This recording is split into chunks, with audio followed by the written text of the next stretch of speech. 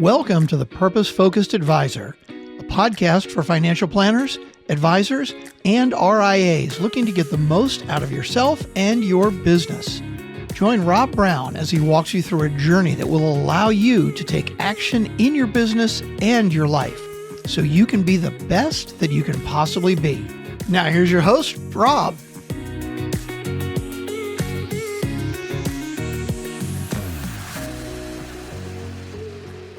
You're in the right place if you're looking for the purpose-focused advisor. Rob Brown here. Welcome to the show today. I'm excited to have with us Cole Leonida, who is a former professional baseball player. So I'll have to be really careful because I love talking baseball, and I learned that Cole and I share a love for the Cleveland Indians Guardians. So we'll stay away from that too much, but Cole is a financial planner in Scottsdale. He's a CFP, a private wealth advisor, a certified Kingdom advisor, and he's passionate about simplifying complex financial decisions by looking at the whole picture and serving his clients through a biblical lens. He's always looking for ways to help clients utilize their wealth to make meaningful impact on their communities. And we're going to talk a lot about this during the course of the show today. So, Cole, welcome to the Purpose Focused Advisor. Yeah, thanks for having me, Rob. Pleasure to be here. So, I have to ask you, being a professional baseball player, was that more difficult than being a financial planner? Difficult in different ways. I found the transition from being an athlete to an advisor was not as smooth as I would have hoped for. Oftentimes in the advisory world, because it is so sales focused with a lot of the companies that go recruit new advisors, they target athletes because of that competitive, driven nature. What I found really challenging is I appreciated the physical challenges that led to mental challenges in baseball. But here, sitting behind a desk or standing at my standing desk, the physical challenges aren't there. So it's nothing but mental and emotional challenges. So it's not nearly as tangible, obviously. So having to redirect yourself in those challenges and learn to overcome obstacles without the physical component has been a little bit of a challenge for me. I bet, because as a kid growing up, probably playing baseball your whole life, it was get out of bed in the morning, grab the mitt, and try to find some place where you could throw a ball, hit a ball, play, just get outside and do stuff. And that's not what the typical financial advisor does on a day-to-day basis. It has also been something, Rob, that I would add that baseball was an all-encompassing single track. I was young when I was doing that. I was through grade school, middle school, high school, college, young adulthood, playing professionally, newly married. It was very easy to just make that the sole priority. In fact, I looked at it as my identity, Cole, the baseball player, for a long time until I came to my faith. So everything, I just woke up and it was baseball, baseball, baseball. There was nothing else to worry about. And now trying to juggle that while trying to be the best I can be in this profession, I don't get to wake up and just do financial planning, nor necessarily would I want to do that. But I have a couple of kids and a third on the way and a wife and so many other responsibilities of being an adult. You almost take for granted when you're a kid, chasing those athletic dreams, that you've got this just abundance of time and very few priorities competing for that time. So that's been another kind of obstacle or challenge for me to overcome shifting into my second career. Yeah. I guess in those younger years playing, even playing professionally, the focus is just all about there's a game tonight, or I've got to get ready for the season, and it's easy. You're almost given permission to tune everything out. It seems, but then as you have family, you still have those same challenges. But anyway, I'm not sure where I was going with that, but I was just trying to picture that same level of responsibilities that you would have that you have today if you were still playing professional baseball. You'd have that same juggle. Have you ever wondered how different that would be or is that I think I think it offers a different perspective because, to your point, it's not that just you're given permission to tune everything out. You're encouraged to tune everything out. Athletes are supposed to be, your sleep, your food, your workouts, everything is dialed in for that. You sacrifice everything for the goal of reaching the big leagues, getting the contract, whatever it is. Here, while I still need to provide for my family, I want to do a great job for the families I serve. I want to be a good teammate on the team here at JMA. It's not encouraged that it should be a sellout. Every night is a preparation for the next performance of meetings the next day. That's not really how it's looked at here. So it's a healthier thing. But what I get a really interesting perspective about now is looking at the guys playing in the World Series. These guys are 25 to 35 years old. They have families, they have kids, they have all the stressors I have, and yet they're still expected and encouraged to tune everything out and perform at the highest level in front of millions of people. Very different experience than I had in the bus leagues and staying in the Red Roof Inn with the bed bugs. And that's not to say every Red Roof Inn has bed bugs, but there is one in a particular small town in New York that had them about a decade ago. So different perspective, but I feel like we might be a little off track from where we're that's headed here. fun. I like I said, I could talk about baseball. We need to have a conversation outside of this podcast where I can ask you some of those questions that I don't get to ask very often because I don't run into professional baseball players or former professional baseball players very often. But I think it's what you said is important to think about from the standpoint of no, you're in this. In fact, as I'm coaching advisors, I tell them, turn it off. Don't think about it all day long. Live more healthy, more balanced, more thoughtful, purposeful, intentional lives. Because to be at your best, I think, as a financial planner advising clients, you can't just be thinking about that. You have to take that time away to get the break to live your life because you're going to have more successful, more dynamic conversations with your clients because you're doing that. You're going to be healthier yourself, and you're going to give yourself a chance to really grow something that you care about and can nurture as you're building a business as an advisor or building a practice as an advisor. I think what I've learned, Rob, is that you have to be incredibly protective of your schedule and intentional with your time. And I equate it to raising kids. I was actually having a conversation with my mom yesterday, not about financial planning, but we were talking about my third kid on the way. And my mom, being the consummate mom, was, giving me praise for being a good dad and telling me she was proud of me to see her son as such a good dad. And I was yawning as I was talking to her at 4:30 in the afternoon because I was tired. I poured myself out at work. I get up early in the morning, but I had to turn it back on to be a present dad. And I kind of joked with her. I was like, "Well, Mom, this is what I train for." And it's not really a joke, Rob. Like I get up early in the morning. I've got my routine. I work out every day. I read my Bible. I try to build, my spiritual life. I try to grow in wisdom. I carve out something every day for time to learn and refine my craft at work. But if I'm not physically healthy, I'm not going to be emotionally available to my family or to my clients. I'm not going to be at my best intellectually in either of those scenarios. So it's not necessarily balance, but finding a place for the important pieces and keeping those in true priority. And for me, my health, mentally, physically, emotionally, spiritually, is top of that list. And I'm a firm believer, if I'm not getting better every day, I'm getting worse. I believe maintenance is a myth. I think you're either moving forward or you're moving backwards. There's no such thing as staying the same. So I try to take that into every day. And I think that I have found I'm a much better father, husband, financial planner, advisor, teammate when I'm poured into physically and spiritually, when I'm in the Word every day in my Bible. Faith obviously is very important to me.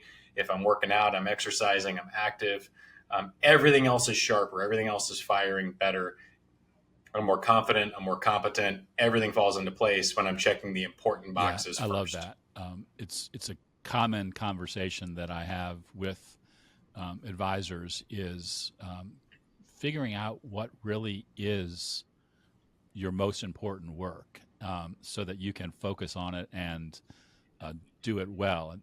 Is such a, again, there's an intentionality that is required if you're really serious about it. And I would imagine that the discipline that came from being a professional, or that comes from being a professional athlete, allows you to be more disciplined in all of those areas that you talked about. Absolutely. And what I've found is I'm very thankful for the team I have at JMA with me now.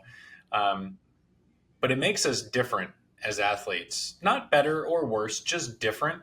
And oftentimes we stand out for things that are good, but it can rub people the wrong way that are not pushing themselves in the same direction that you are. So you have to be okay with being different, because doing some of the things that I do on a daily basis are different than most. What's really cool is our team here. There's a lot of folks that do similar things. They've kind of identified their own important things. They make time for it. They're disciplined. They're dedicated. They're working to get better every day. And that, I think, has galvanized our team, instead of having some people that are just kind of sluggish or lagging, and everybody else, the other people are trying to push forward. But I found that over and over, that if you're trying to be successful in whatever your definition of that is, you need to be different than those around you that are maybe less successful in whatever your definition is. So you have to be okay with being different and standing out for reasons that are important to you. You have to be true to who you are and what you believe, and that needs to carry through. You can't turn that off and turn that on. You can't be one person at home or one person on the weekend and another person in the office in front of your teammates or in front of your clients. It has to be you have to be you, the person that God made you to be. Amen to that. Authenticity is so important. And client interactions, if you're not just being your authentic self, they're going to see right through that. You may try to be the person you think they want you to be, but that's not going to work out as well as you just being yourself, nor is it going to be a good long-term relationship when you're having to pretend in front of that client. It's true of any relationship, but client relationships, especially when they're trusting you with such a vulnerable piece of their lives, you need to be yourself. And if it's not the right fit, you have to be okay with that. And I know that's really hard for a lot of folks that might be listening to this podcast, because it's a eat what you kill production-based system that they might find themselves in. And that's hard. I would encourage them that there are other systems out there. You don't have to be stuck in that style of living. But just being yourself is so key. Well, I would contend that not being yourself is the quickest way to not attract the type of people that you really want to work with. And you can grow faster, better, stronger by focusing on the people that you really want to serve and how you can serve them, than by trying to juggle a bunch of people that you're just taking them on because it's low-hanging fruit. It's easy to do. And that can be difficult to understand, especially if you're having a rough period in your business and you haven't added the number of new relationships that you want to bring on, or you're just getting started out and you feel like you've got to get to a certain level fast. But that ends up slowing you down. It costs in the long run. Yeah, no question. You hear Michael Kitces talk about it all the time, carving out your niche and only accepting those people. It's easier said than done, especially early on in your career. You take anybody that can fog a mirror, and then you find yourself, 5-10 years from then saying, oh my gosh, how do I trim these people I don't actually want to work with, or I don't serve well, or I was faking it and now that, it's too hard. If you can find a way to do that from the beginning. I know that I found myself, faith is really important for me. We share that, Rob. And so I immediately got involved with Kingdom Advisors. As soon as I possibly could, I pursued my CFP and my CKA through the Ron Blue Institute, got both those designations as fast as I could, because I wanted to live out my faith.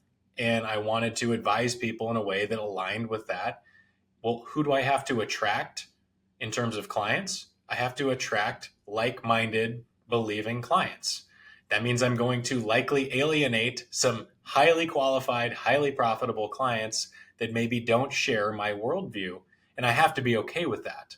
And I think it's taken me, I've been rooted in my faith, yet it has taken me some time to be bold in my faith in a professional setting, where I used to try to kind of fine tune what I said and how I said it based on what I thought the audience, if I was networking amongst some prospects, and well, do I lay on any of the biblical mumbo jumbo, or do I kind of just stay surface level? Like, how do I phrase this? And now I only have one way that I say things.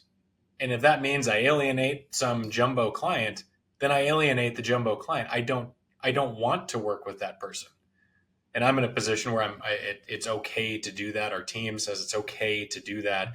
We're just trying to serve clients that align with our values, and we're going to serve them exceptionally well. We're probably not going to do as good of a job for folks that just don't align with that value set, and we have to be okay with that. So just being ourselves and being authentic leads to the best result for us and the clients we get to serve. That's awesome. I'm glad you said that, but I want to take a step back. What got you into the financial planning business coming out of your baseball career? And then secondarily, why JMA? Because choosing to affiliate there was another decision that you made that was important to you. And I know there was another step in between there too. So let's just dig into that. Because I think people would love to hear how you've gotten to where you are. Yeah, so I'll give a little bit of history towards the end of my playing days. I got drafted out of Georgia Tech, and I was a reasonably high pick. I was one of the highest catchers that they had picked in the last decade. So the future was bright for me. At this point in time, faith was not a big part of my life. So there's a bit of my testimony story here. My first year, you play a half season. You play the summer. It's called short season. I went and played. And after that season, I was having my exit physical and found out that I had a torn labrum in my hip. As a catcher, that's not a good thing to be a 21-year-old starting your professional career with a severe hip injury. That's when I really started digging into what's true in life, what's important in life. There's got to be more to me than just Cole, the baseball player.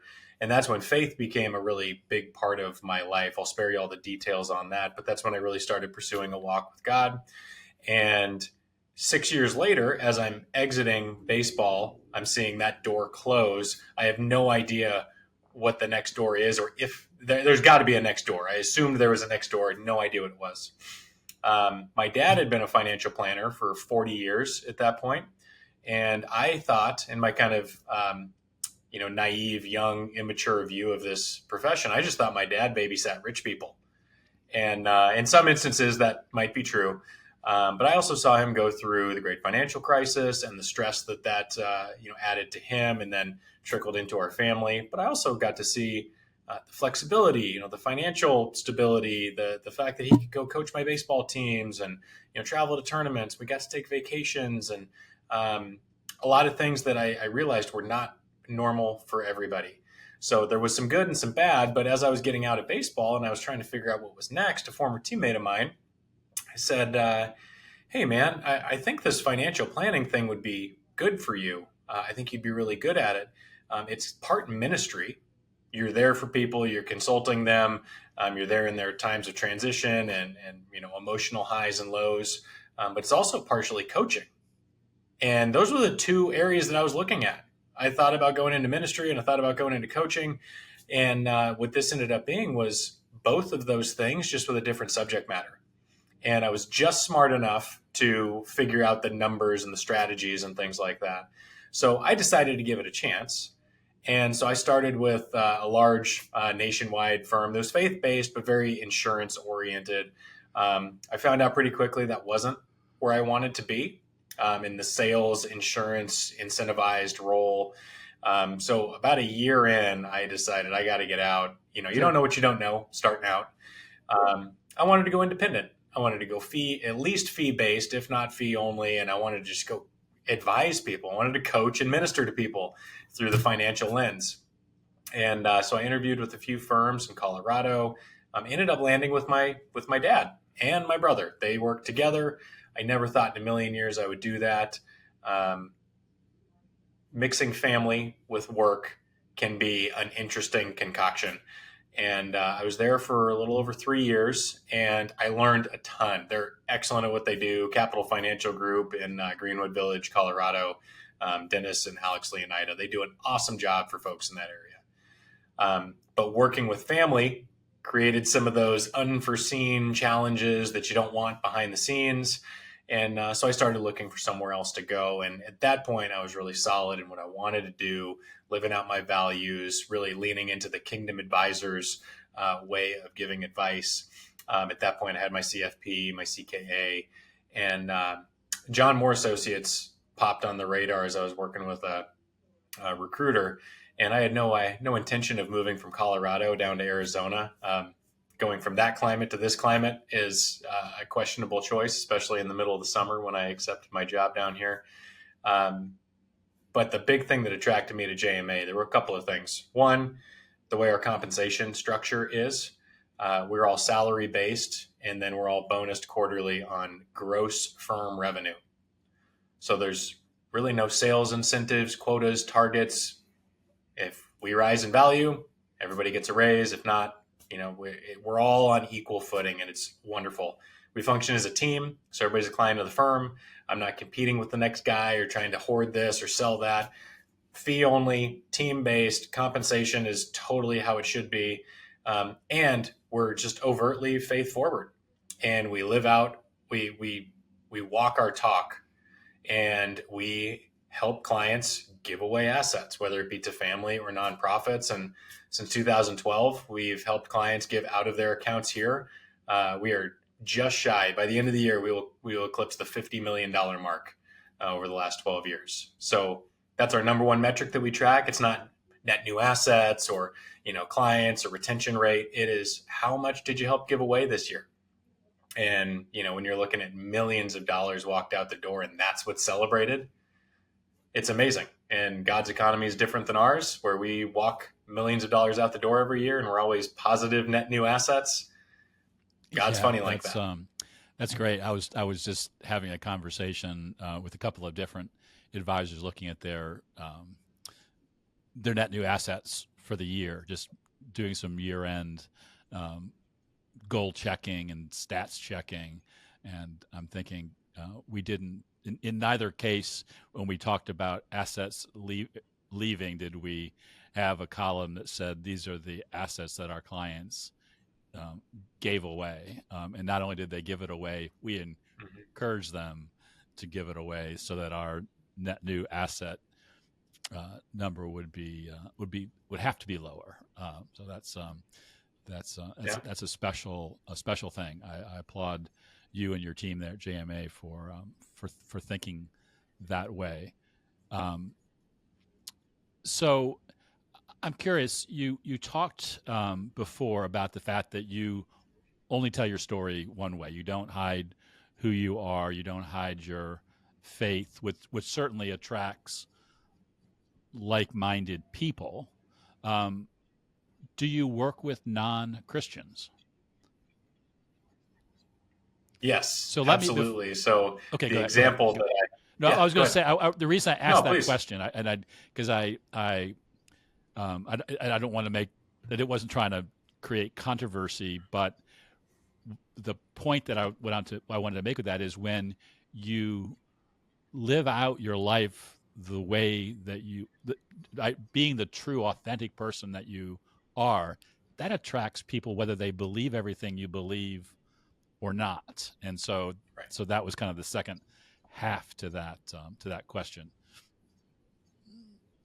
Yeah, we have people all across the religious spectrum, from the strong conservative Christian believer to the atheist couple. We have same-sex couples. We have retired pastors. We've got both sides of the fence. But to your point, people are just genuinely attracted to people that are being themselves, that hold themselves to a high moral standing, and just objectively, we're working as though we work unto the Lord, we are holding ourselves to a higher standard than the fiduciary standard or the best interest standard. We're holding ourselves to an eternally high standard, and that comes through with people. And we can't just say that; we have to actually have those conversations. I think that comes through. We pursue, all of our advisors pursue higher certifications, continuing education. We spend more time learning here.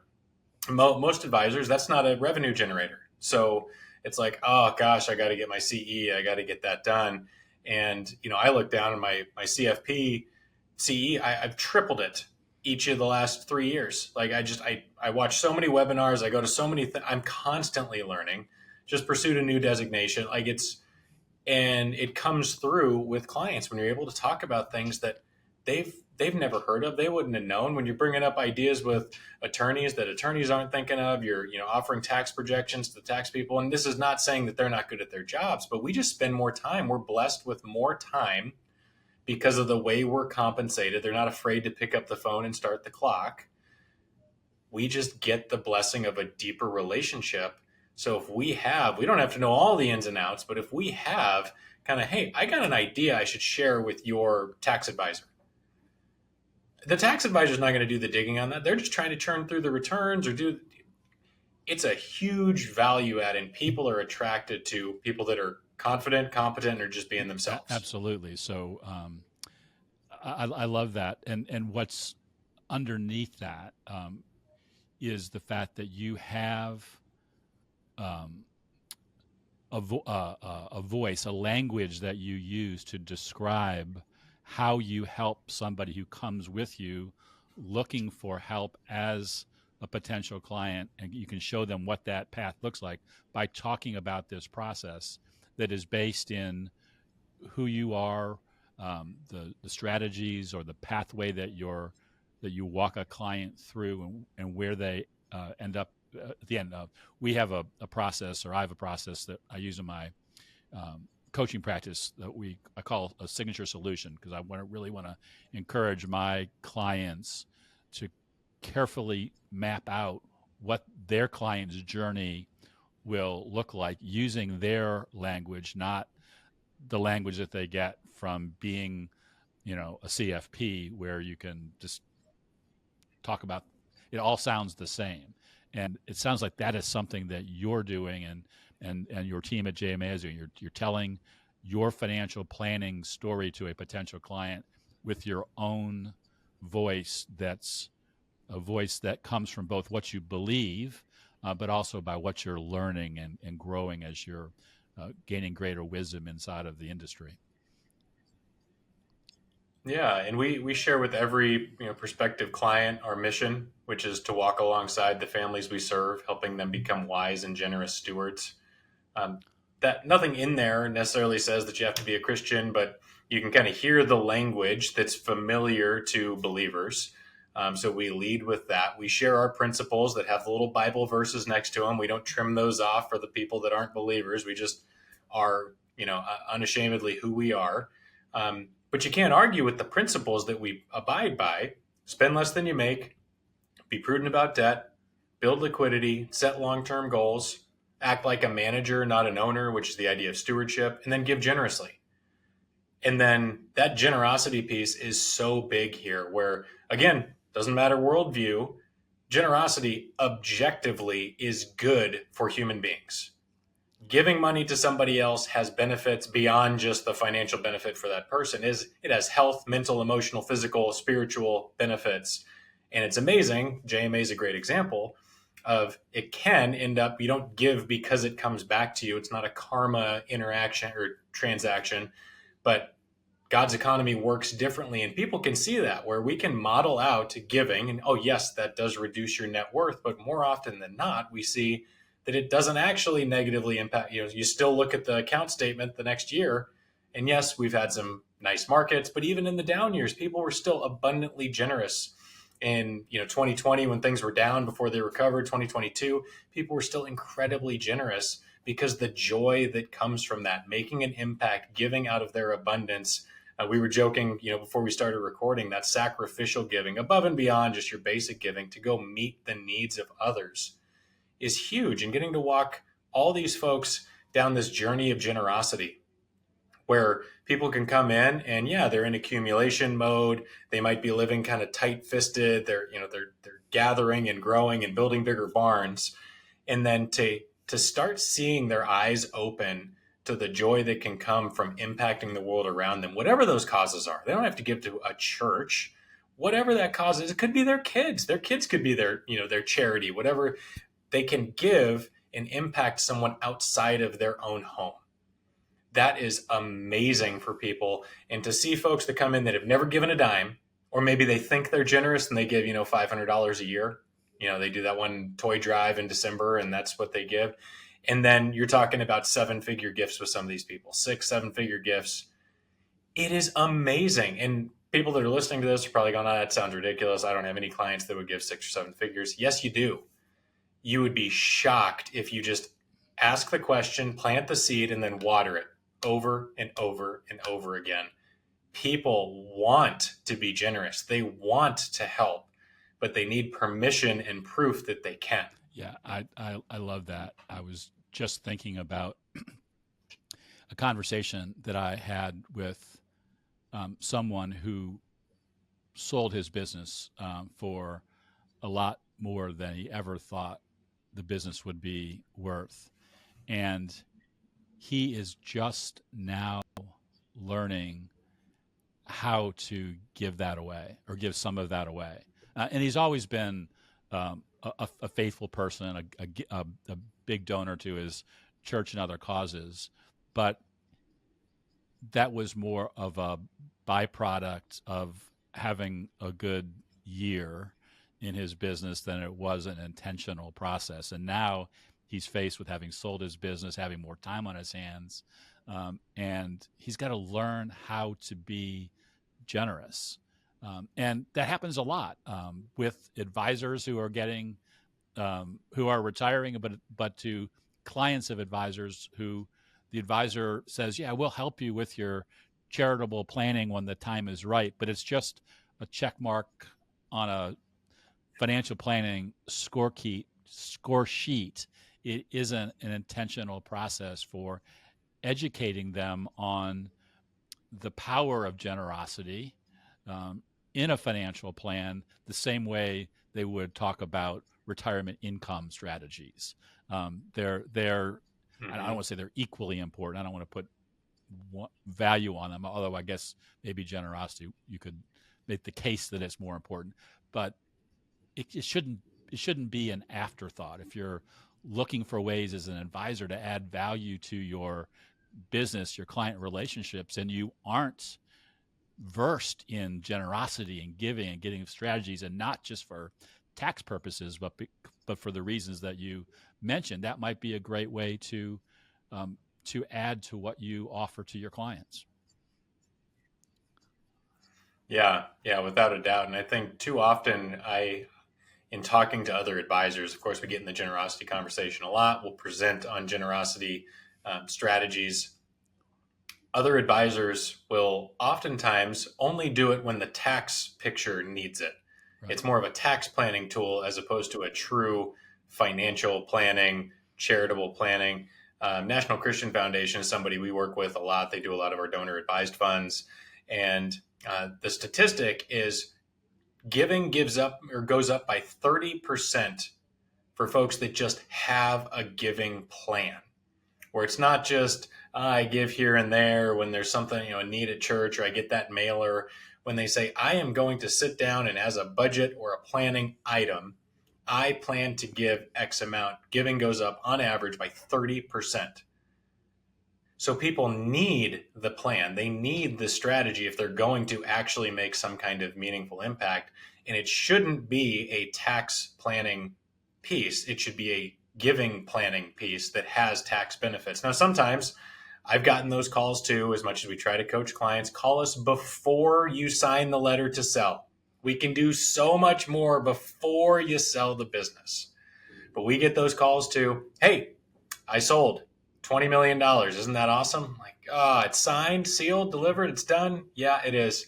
Okay, well, now we've got a tax problem that we couldn't plan for ahead of time. So now, yes, generosity is charitable planning is a great way to do that. But that's a prime example. If I could get off on a little bit of a tangent with that particular couple. $20 million sale. Didn't tell us ahead of time. We didn't know it was in the works. They say, hey, we got a big tax bill. So we ended up combining a donor advised fund with a charitable lead trust. Ended up funding over 30 years of their charitable giving in the tax year that they needed it. And they're going to give somewhere between $50,000 and $100,000 per year over the next 30 years. And they funded it with about $1.5 million up front to get a big tax deduction.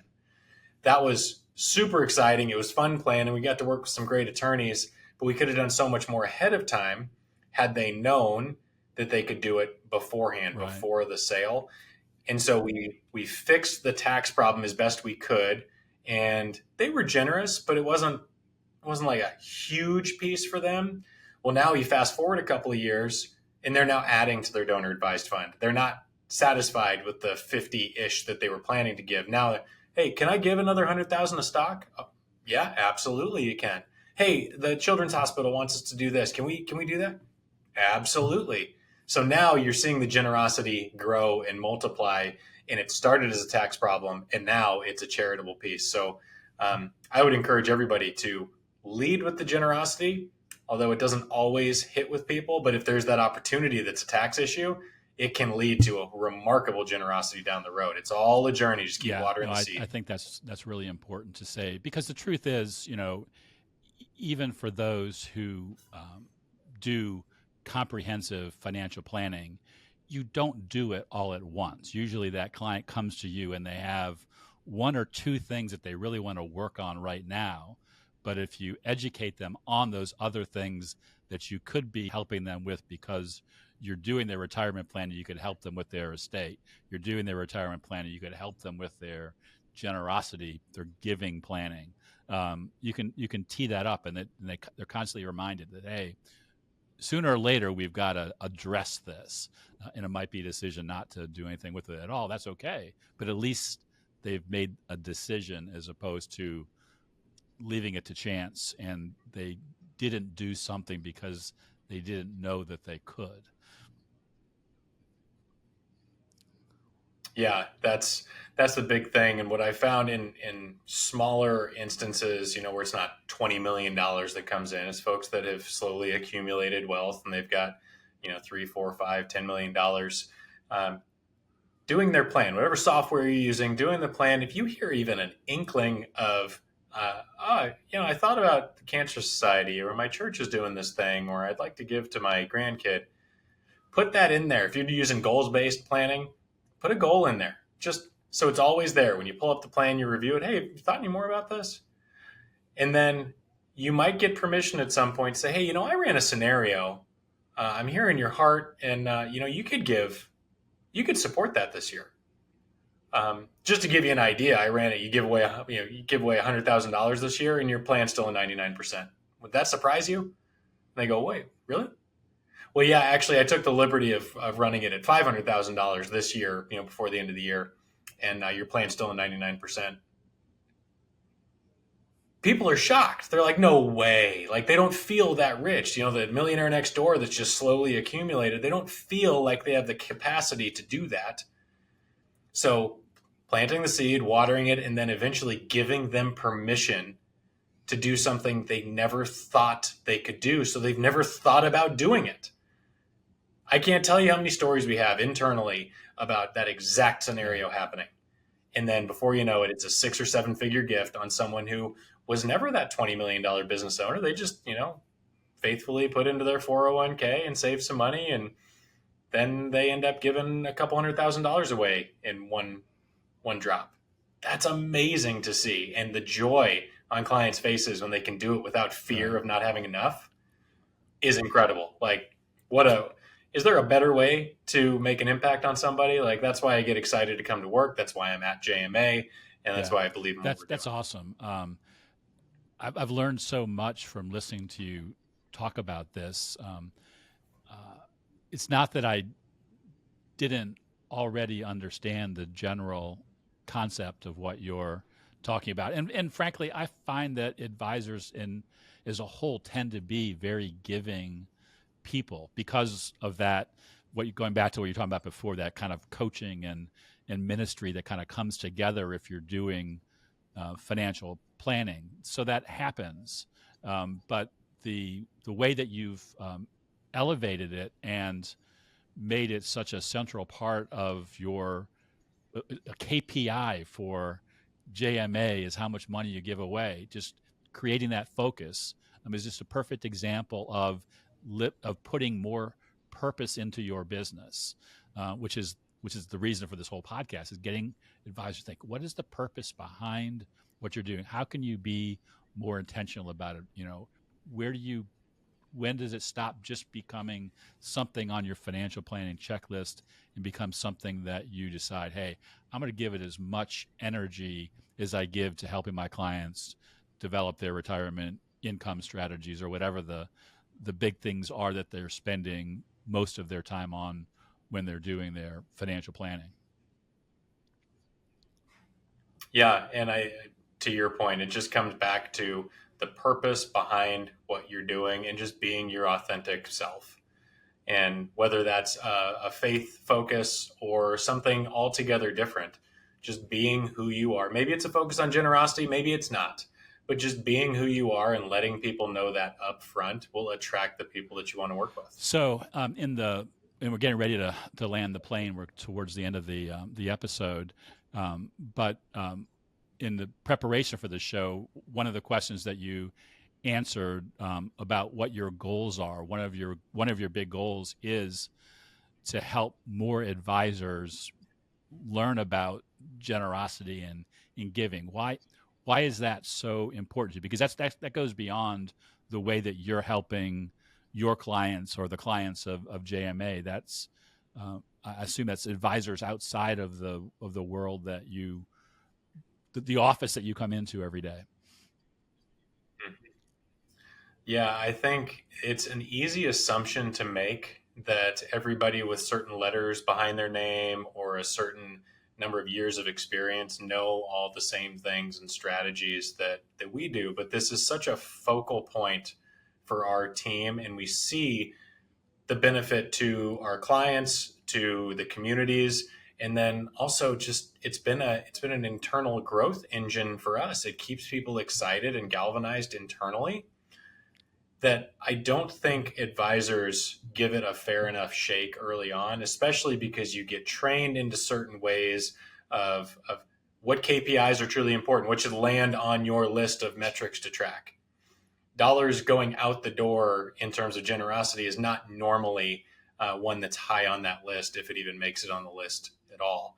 And I think that I've made the assumption that some of the what I think are simple things, because it's just part of what we do on a daily basis, I just assume everybody knows and does these things.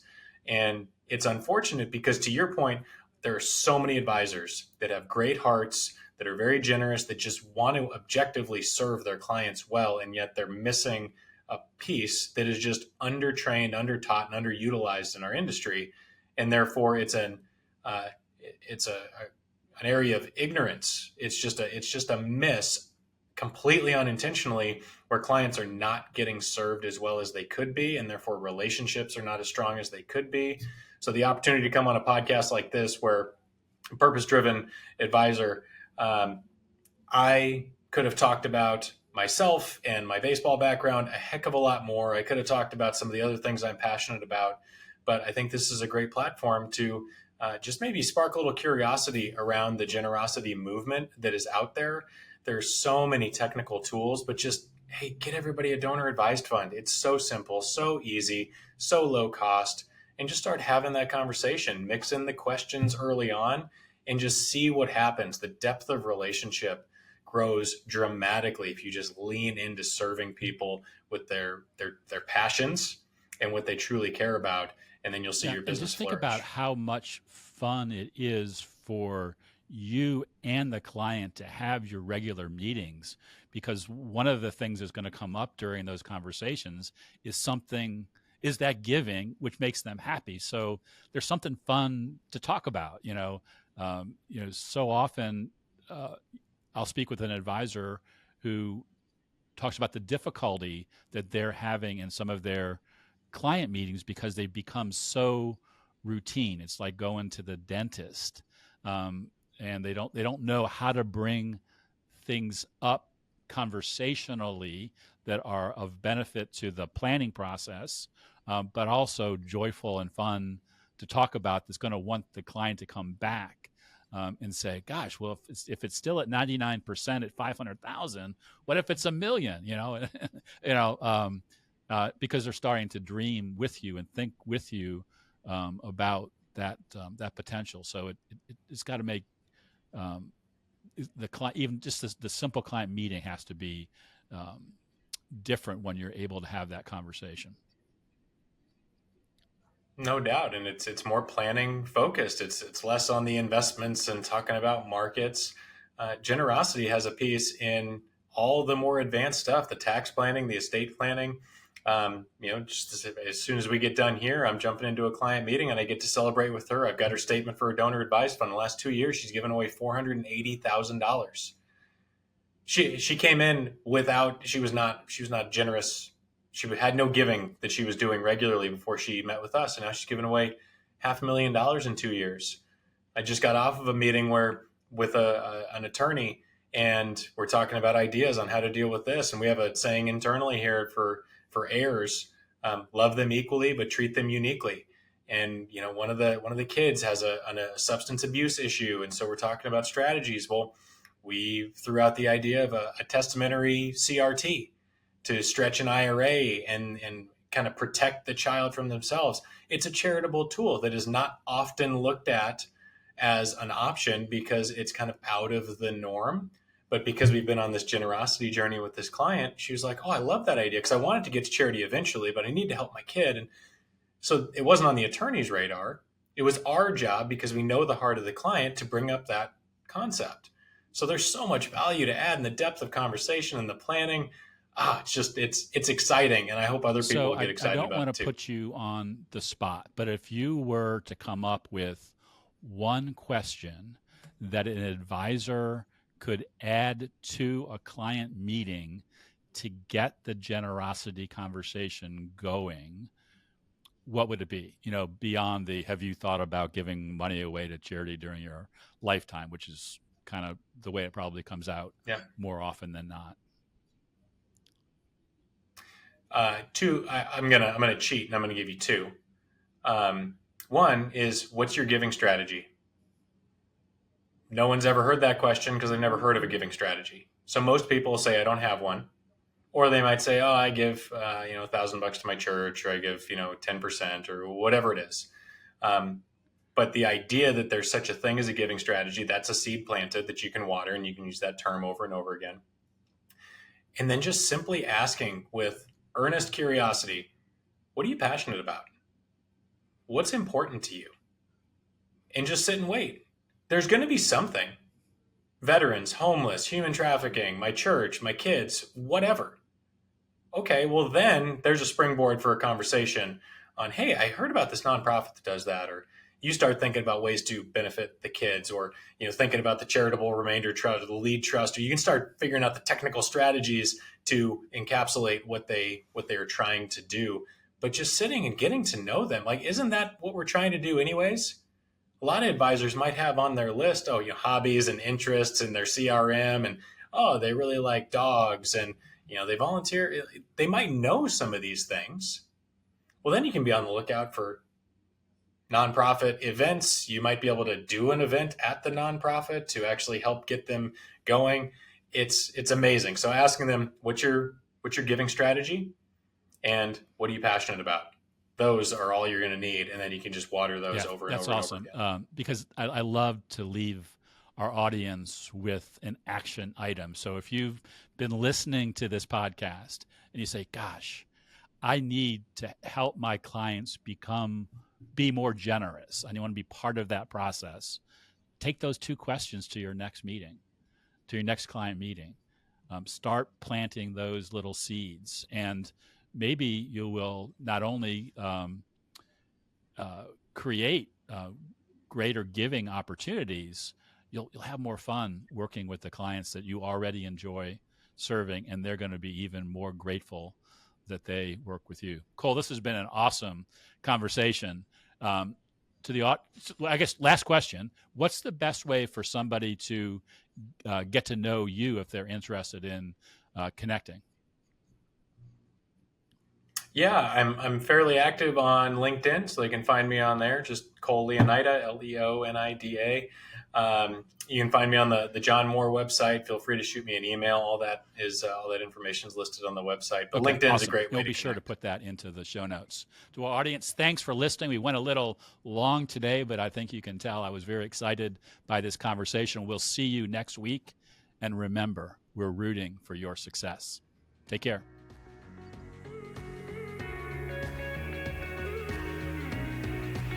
Thanks for joining us for this episode of The Purpose Focused Advisor.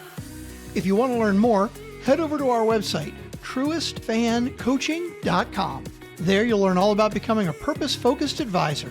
You'll also find today's show notes and links to the other gifts and resources we talked about during the episode. Again, thanks for listening, and remember, we're rooting for your success.